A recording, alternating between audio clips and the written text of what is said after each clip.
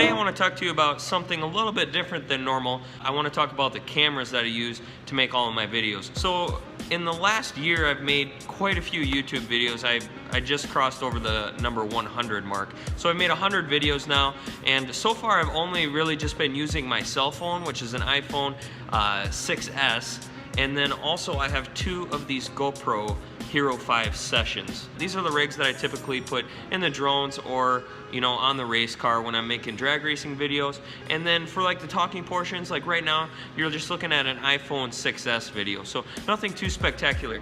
But my big news is that I'm going to be moving up in the world for YouTube videos, and I'm gonna be shooting on a new camera. So I did pick up not a new camera, but this is a secondhand camera. I got a really good deal on this camera off of eBay on a, you know, make an offer situation. So I was able to go back and forth, negotiate with the guy a little bit, and he gave me a really good deal on this camera. And it was kind of a package deal with this Rode mic.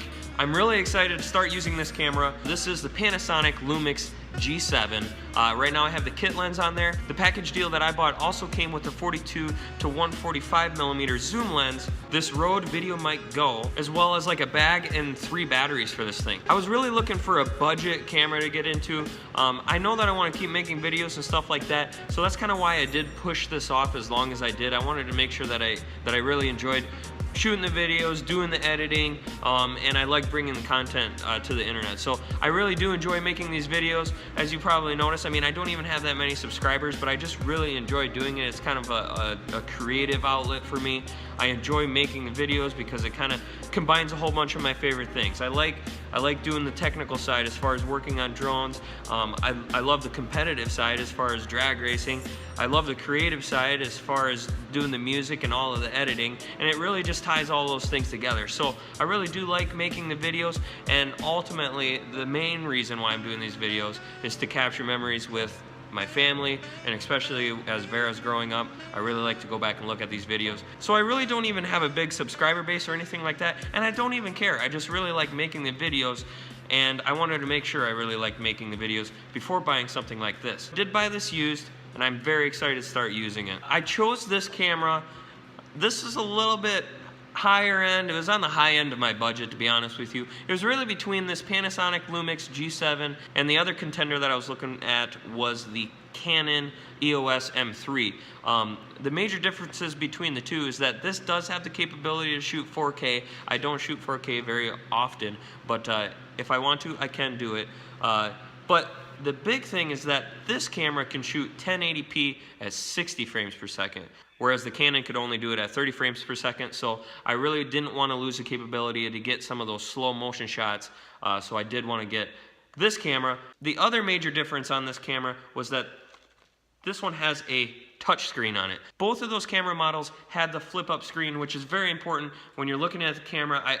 That was pretty much a must have. I got used to using my phone to have the screen to make sure I'm framed up properly in the shot. There's a lot of reasons that I like to have the screen to look at, so this was a must have, having a flip out screen. The Canon had that, it was a flip up screen, but it wasn't a touch screen. So this touch screen is really nice to have as far as just clicking on your face and focusing, similar to a cell phone. If you don't want to use the focus ring on the camera or do any of the manual focus modes, when you're just kind of in a run and gun, gotta act quick situation, the touchscreen, very, very handy for that reason. The other must-have thing that I was looking for in a camera like this was this external mic input. Both of the Canon and this model have that, but that was just one thing I really wanted to improve, was I wanted to have better audio on my videos, and I wanted to put a Rode mic just like this one on the camera. I did end up picking up this Joby Bendy GorillaPod tripod thing. This is the GorillaPod 3K kit. So it's the one that just fits right in the sweet spot for how much this camera weighs. So basically, I'm just really excited to start using this setup. It is definitely a huge kind of obnoxious situation to be walking around in public with something this big and talking to the camera, but I really don't care. I just want to make the content a little bit better. I want to have a lot clearer picture, a lot better audio, and I really just want to capture a lot of memories with Vera with an awesome rig like this. So now let's just switch over to this camera and see if you can actually tell the difference. So here I am one last time on the iPhone 6S. assess what I normally shoot with. I mean, check out the background. It's really hard for me to control the exposure on this camera. A lot of times, especially this front camera, doesn't do very well in like low light or when it's really bright out actually. So the main, like the shoot forward camera on the iPhone, I find is pretty good actually, but when you're looking back at the front camera, it doesn't seem to perform that good. So check out this background, kind of just check out the lighting situation. Now let's switch over to the new camera and see what you think. And here we are on the new Panasonic Lumix G7. So what do you think? This is the new look. This is the new look of the GallStar content. You know, it's very, very much focused on my face. The background gets a little bit blurry. And now we're back on the iPhone. Much better. I just want to stay on this new camera. This thing's awesome. If I kind of set up where I'm going to shoot, I can get a little bit more of that blurry background effect. Kind of just sets the subject apart from the background, and it just makes it look a lot more professional. So I really like how this looks. Let me know down in the comments. Do you notice a difference? Does it look a lot better? Very excited to bring some better content. I just want to take this camera now, kind of go around the house, see what Vera's up to. She's probably just watching TV and getting her pajamas on at this time, but just go get some shots and see how this new camera performs.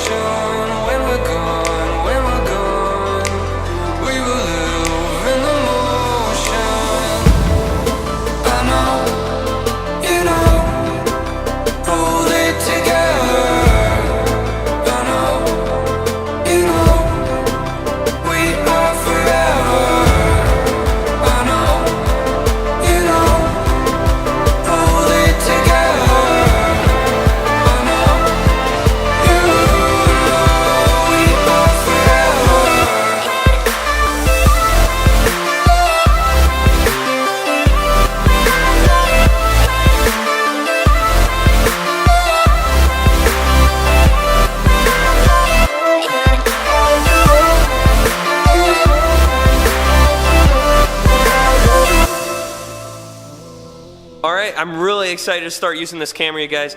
Please let me know if you have any tips or tricks on how to use a camera like this. I'm really pretty much a beginner at this camera. I don't know that much about trying to use one of these things. So if anybody out there has any experience with DSLRs or anything like that, Tim McVeigh, if anybody out there has any tips or tricks to get me going, I'd love to hear from you. Leave a comment down below.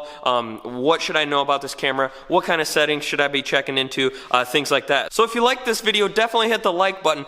If you really like this video, consider hitting the subscribe button. We do all kinds of cool drone footage, all kinds of cool drag racing vlogs, stuff like that. So definitely hit the subscribe button.